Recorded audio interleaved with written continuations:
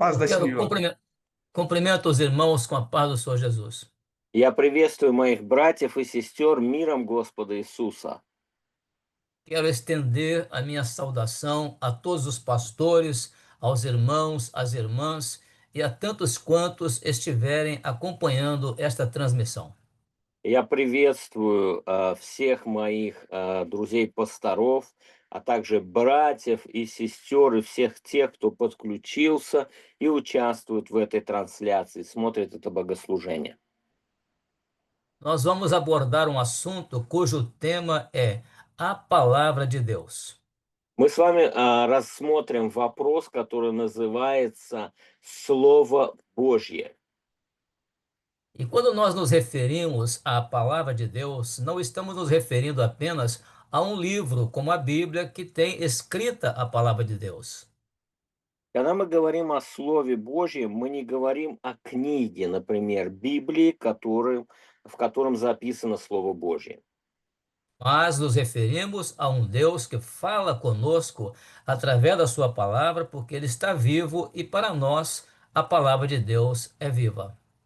А мы говорим о Боге, который говорит к нам через свое Слово, потому что Он живой, и Слово Его, оно живое. E a grande prova de que a palavra de Deus é viva está no texto bíblico que nós vamos ler logo em seguida. И доказательство того, что Слово Божье, оно живое, написано в тексте, который мы с вами зачитаем. Vamos abrir a Bíblia no Evangelho de João, capítulo 5, verso 39. Давайте откроем Священное Писание на Евангелие от Иоанна, 5 глава, 39 стих. «Исследуйте João, Писание». Ага. После. pode ler. «Исследуйте Писание, ибо вы думаете через них иметь жизнь вечную, а они свидетельствуют обо мне». Então nós estamos diante de uma palavra que o Senhor Jesus pronunciou. Итак, мы здесь перед словом, которое было сказано Господом Иисусом, Dizendo que nós podemos examinar as Escrituras porque vamos encontrar nelas vida eterna. и он говорит, что мы можем исследовать Писание, да, чтобы искать через них жизнь вечную. Mas essas Escrituras testificam que o Senhor Jesus está vivo. Но эти Писания как раз-таки свидетельствуют о том, что Господь Иисус жив. A palavra de Deus revelada ou palavra de Deus viva é aquela que testifica que o seu autor, o autor da Bíblia, ele está vivo. Итак, открытое слово или живое слово– это то слово, которое свидетельствует о том, что ее автор, он жив. E, portanto, as suas palavras vêm da eternidade. И поэтому его слово, оно исходит из вечности. Quando Jesus disse, são elas que de mim testificam, Когда Иисус говорит, а они свидетельствуют о мне, ele está se referindo à maneira como a palavra de Deus testifica que Jesus está vivo entre nós. он говорит о том, как Слово Божье свидетельствует о том, что Иисус жив среди нас. Testificar de Jesus é testificar que Jesus está vivo. То есть свидетельствовать об Иисусе– это свидетельствовать о том, что Он жив. E toda a Bíblia, todas as Escrituras testificam que Jesus está vivo. И все Писание, оно свидетельствует о том, что Иисус, Он жив. Porque mesmo lá no Velho Testamento, a palavra de Deus nos mostra uma figura de que Jesus um dia viria como o Deus vivo entre nós. То есть даже Ветхий Завет в прообразах, он свидетельствует нам, каким образом Иисус, Он будет живым среди нас. Muitas vezes o Velho Testamento apresenta Jesus em figuras ou até mesmo em símbolos. То есть очень часто в Ветхом Завете показывается Иисус в символах и в образах, в фигурах. Por exemplo, no Velho Testamento, quando o povo era alimentado no deserto pelo maná que caía do céu. Например, в Ветхом Завете, когда народ был питаемый манной, сходящей с небес. E o Salmo 105, melhor, 104, né? Ага. И, Verso 40 diz: и в псалме, по-моему, в русской это 104-й псалом, 40 стих, там написано. Просили, и он послал перепелов, и хлебом небесным насыщал их. Então aqui está a prova de uma referência ao Jesus vivo que iria ser o nosso pão da vida. То есть здесь сноска на Иисуса живого, который будет нашим хлебом жизни. E ele afirmou isso em João capítulo 6, verso 51. И он сам утверждает это в Иоанна 6 главе 51 стихе. Jesus usou a figura do maná e das cordonizes que caíram do céu. То есть Иисус там использует этот образ манны и тех перепелов, которые сошли на них с небес, да? João 6, 51. «Я хлеб живой, сходящий с небес. Едущий хлеб сей будет жить вовек. Хлеб же, который я дам, есть плоть моя, которую я отдам за жизнь мира». Аминь. Glória a Deus, porque Jesus é o pão da vida e muito mais do que isso, ele é o pão vivo que desceu do céu. Слава Богу за то, что Иисус, Он хлеб жизни, и более того, Он живой хлеб, сходящий с небес. Então agora vamos ver que aquele que testifica da palavra viva de Deus, ele é aquele que revela esta palavra. И tот, который свидетельствует об этом слове, что оно живое, он и открывает это слово. E quem revela Jesus e revela a sua palavra é o Espírito Santo. И кто открывает нам Иисуса, и кто открывает нам Его Слово, это Святой Дух. O apóstolo Paulo nos confirma isso na primeira carta aos Coríntios, capítulo 12, verso 3. И апостол Павел, он подтверждает это в первом послании к Коринфянам 12:3. «Потому сказываю вам, что никто, говорящий Духом Божьим, не произнесет анафемы на Иисуса, и никто не может назвать Иисуса Господом, как только Духом Святым». Então ninguém pode dizer que Jesus é o Senhor, senão pelo Espírito Santo. Итак, никто по-настоящему не может своим господином назвать Иисуса, если только не Духом Святым. Jesus só é o Senhor do nosso culto quando o Espírito Santo está revelando Jesus na igreja. Иисус является по-настоящему господином нашего богослужения, когда на этом богослужении Дух Святой проявляется, открывая нам живого Иисуса. Somente o Espírito Santo é capaz de revelar Jesus ao homem. Только Дух Святой может открыть человеку или явить человеку Иисуса. E a forma como o Espírito Santo usa para revelar Jesus ao homem é através dos dons espirituais. И как Дух Святой открывает человеку Иисуса, это через проявление духовных даров. E o próprio Senhor Jesus também testificou que o Espírito Santo também afirmou que o Espírito Santo também iria testificar dele. И сам Господь Иисус, Он утверждал об этом, что Дух Святой будет о Нем свидетельствовать. Em João capítulo 15, versículo 26, nós vemos essa expressão do Senhor Jesus. Мы читаем в Евангелии от Иоанна, 15 глава, 26 стих, где написано: «Когда же придет Утешитель, которого я пошлю вам от Отца, Дух истины, который от Отца исходит, Он будет свидетельствовать о мне». Então nós podemos ver que a palavra de Deus, ela é viva porque ela é revelada pelo Espírito Santo, que é aquele que revela Jesus vivo. То есть Слово Божье, оно живое, потому что оно открывается или оживляется для нас Духом Святым, который являет нам живого Иисуса. Quando o Senhor fala com as nossas vidas, ele fala para abrir o nosso entendimento, o nosso conhecimento dele. То есть, когда Господь Иисус, Он говорит к нам, Он говорит, чтобы открывать наше понимание или давать нам познавать Его, какой Он есть. Uma prova disso nós vemos quando o Senhor Jesus caminhou ao lado de dois discípulos dele de Jerusalém para Emaús. А и доказательство этого, помните, когда Господь Иисус шагал вместе с двумя своими учениками, которые спускались из Иерусалима и шли в Емаус. Houve dois momentos em que o Senhor Jesus se manifestou a eles, Было два момента, когда Господь Иисус, Он как бы явился им, да, или открылся им. mas eles ainda não tinham reconhecido quem era Jesus. Но они еще не осознали, не поняли, кто это, что это Иисус. Estas duas manifestações estão registradas em Lucas capítulo 24, versículo 15.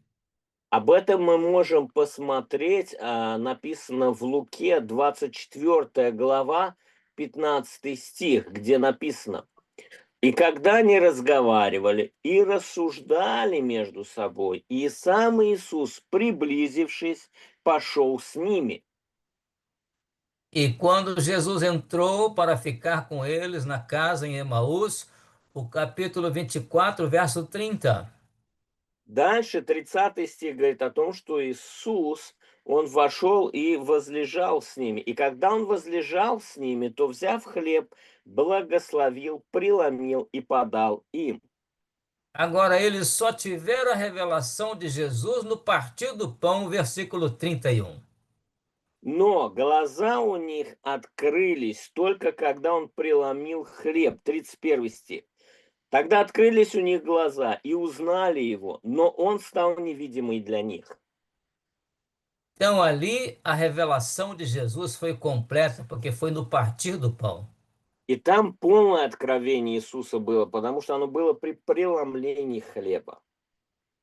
Verso 31 diz até que Jesus desapareceu deles em termos de uma ausência física. И даже 31 стих, он говорит нам, что Иисус, Он стал для них невидимым физически. Mas a revelação de Jesus permaneceu com eles no partir do pão. Но откровение Иисуса в преломлении хлеба осталось с ними. Jesus se revela no partir do pão, Иисус открывается в преломлении хлеба, porque o pão partido representa o sacrifício de Jesus na cruz. потому что преломленный хлеб представляет собой жертву Иисуса Христа на кресте. E, e quando ele foi crucificado, a vida saiu de dentro dele na forma de um sangue humano. И когда Его распяли на кресте, из Него истекла жизнь в форме Его человеческой крови. A verdadeira vida que ele trouxe para nós da eternidade, ele nos deu no Pentecostes. Но истинную, вечную жизнь Он излил на нас уже в день Пятидесятницы. Jesus se revelar aos seus discípulos no partir do pão significa que Jesus só se revela no corpo de Cristo. Иисус, открывающийся им в преломлении хлеба, говорит о том, что Он открывается только в теле. A igreja que não é corpo de Cristo, ela ficou somente com a presença física de Jesus. Церковь, которая не является телом Христовым, она только осталась как бы с физическим присутствием Иисуса. Uma presença física representada por coisas materiais como símbolos, figuras, liturgias e tantas outras coisas. То есть физические вещи, которые представлены через какие-то предметы, да, или там через литургии какие-то демонстрации физические. Mas a experiência daqueles discípulos de Jesus se manifestar a eles e em seguida se revelar a eles, Но опыт этих вот братьев, когда Иисус предстал им как человек сначала, а потом открылся им, какой Он есть, foi com o propósito que está descrito agora no verso 45 de а Lucas бы- 24. было с намерением, которое написано уже в 45 стихе той главы, 24 главы, где написано: «Тогда отверз им ум к разумению Писаний. Então Jesus abriu o entendimento deles para eles compreenderem as Escrituras. Итак, отверз им Иисус разум, чтобы они могли понимать Писание так, как оно есть. No capítulo 5 de João, verso 39, Jesus estava falando que eles buscavam nas Escrituras vida eterna. В 5 главе 39 стихе Иоанна написано, что они исследовали Писание, пытаясь через него обрести жизнь вечную. Mas a vida eterna não está na interpretação literal das Escrituras. Но жизнь вечная, она не в буквальном, буквенном таком истолковании Слова Божьего. A verdade das Escrituras está no entendimento e compreensão das Escrituras operado pelo Senhor Jesus, pelo Espírito Santo. А истинная, она, когда Писание, оно нам открывается Духом Святым, самим Господом Иисусом. Tudo bem, agora nós vamos fazer uma pergunta. И сейчас мы хотим задать вопрос. Identificar na Bíblia o que é a palavra de Deus revelada pelo Espírito Santo em termos de vida. Что значит как бы в контексте жизни, да, чем является открытое слово в Библии? Ou seja, quando é que a Bíblia, a palavra de Deus, ela transmite vida? Другими словами, когда Библия, как Слово Божье, передает или несет жизнь? Então, nós vamos agora para a segunda carta de Paulo aos Coríntios, capítulo 3, verso 6. Давайте откроем второе послание к Коринфянам, 3 глава, 6 стих, где Pode написано: ler. Он дал нам способность быть служителями Нового Завета, не буквы, но духа, потому что буква убивает, а дух животворит. Então, o que que é letra? Letra é morte. Итак, что же такое буква? Буква — это смерть. O que é palavra revelada? Palavra revelada é vida. А что такое открытое слово? Открытое слово — это жизнь. Vida que nós encontramos na palavra ou na Bíblia, ela é providenciada da parte do Espírito Santo. Итак, жизнь, которую мы находим в Священном Писании, в Слове Божьем, это та, которая приносится Святым Духом. Então, para entender a Bíblia, para ter o conhecimento de Jesus na Bíblia, é preciso, portanto, o Espírito Santo revelar? Итак, значит, чтобы познать Иисуса через Библию, Дух Святой должен его открыть? Sim, porque Paulo disse: a letra mata, mas o Espírito dá vida. Да, потому что Павел говорит, что буква, она убивает, а Дух только животворит или несет жизнь. A expressão bíblica que Paulo usou, dizendo a letra mata, é para dizer o seguinte: a letra não dá vida. То есть выражение библейское, которое говорит, использовано Павлом, да, что буква убивает, то есть что он этим хочет сказать? Что буква, она не несет жизни. A letra, quem lê a Bíblia na razão, na letra, não consegue alcançar o mistério que está nela. То есть человек, который просто читает букву через призму своего разума, он не может постигнуть этой жизни, жизнь в него не втекает. E esse mistério é Jesus, ou seja, esse mistério é a vida. То есть он не познает тайну, а эта тайна, сокрытая в нем, это и есть Иисус, Он жизнь. Então, somente o Espírito Santo é capaz de revelar esse mistério. E para alcançar esse mistério, somente com a revelação do Espírito Santo. Итак, только Дух Святой может открыть тайну благовестия Христова. И чтобы познать эту тайну, то только посредством Святого Духа. E aí, quando você alcança esse mistério revelado pelo Espírito Santo, então você passa a ter vida e vida abundante. Итак, когда ты познаешь эту тайну через Святого Духа, тогда ты получаешь и имеешь жизнь, и жизнь с избытком. Mas a pergunta continua: mas que vida é essa que está na Bíblia? И что же это за жизнь, которая в Библии? É vida para este momento presente que estamos vivendo aqui nesse mundo? Жизнь для этого мира здесь, пока мы существуем в этом мире, это жизнь. Não, não, a Bíblia fala que é vida eterna. Нет, Библия нам говорит, это жизнь вечная. Então temos que conhecer as Escrituras além da letra. Итак, нам нужно познавать Писание за буквой. E somente o Espírito Santo nos conduz para além da letra. И только Дух Святой может повести нас за пределы буквы. Então temos mais perguntas a fazer. И есть еще вопросы, которые хотим задать.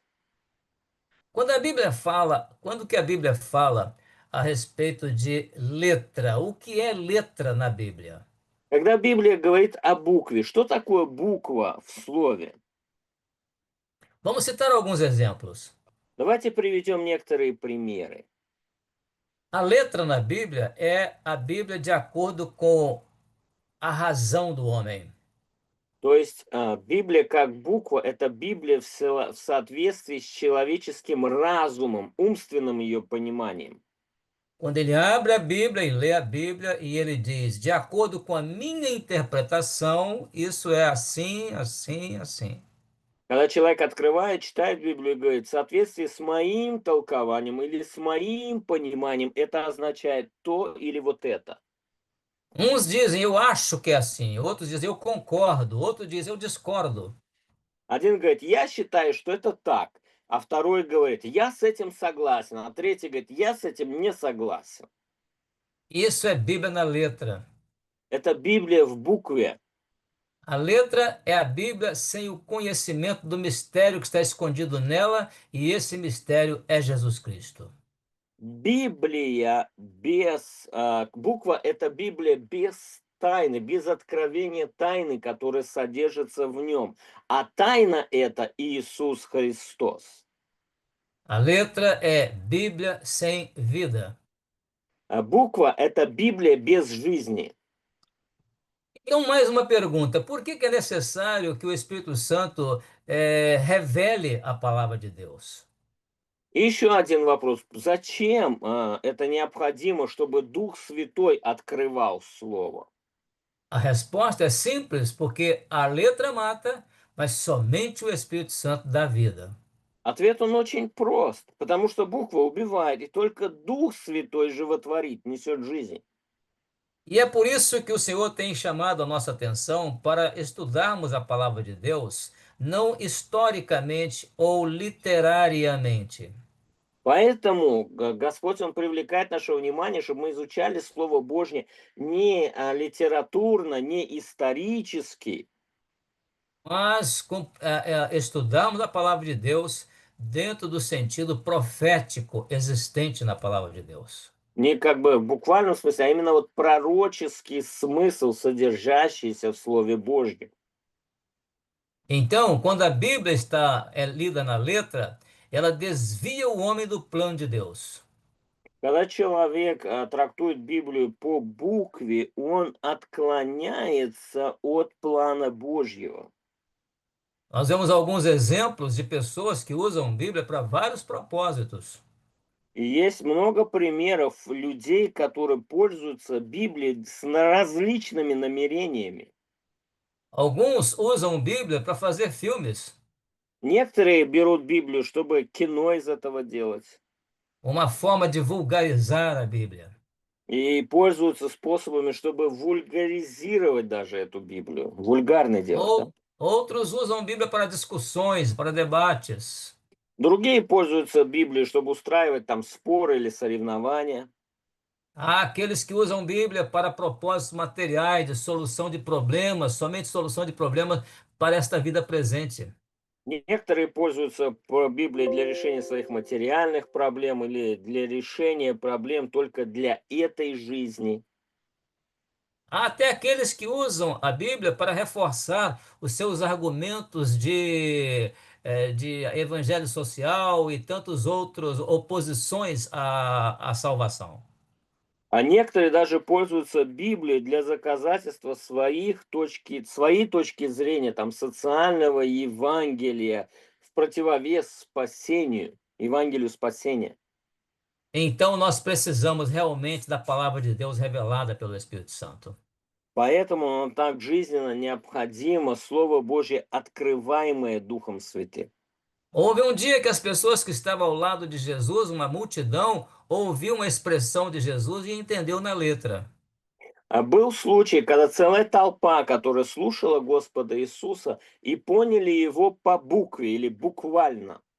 Ele disse: Quem comer da minha carne e beber do meu sangue tem vida em si mesmo.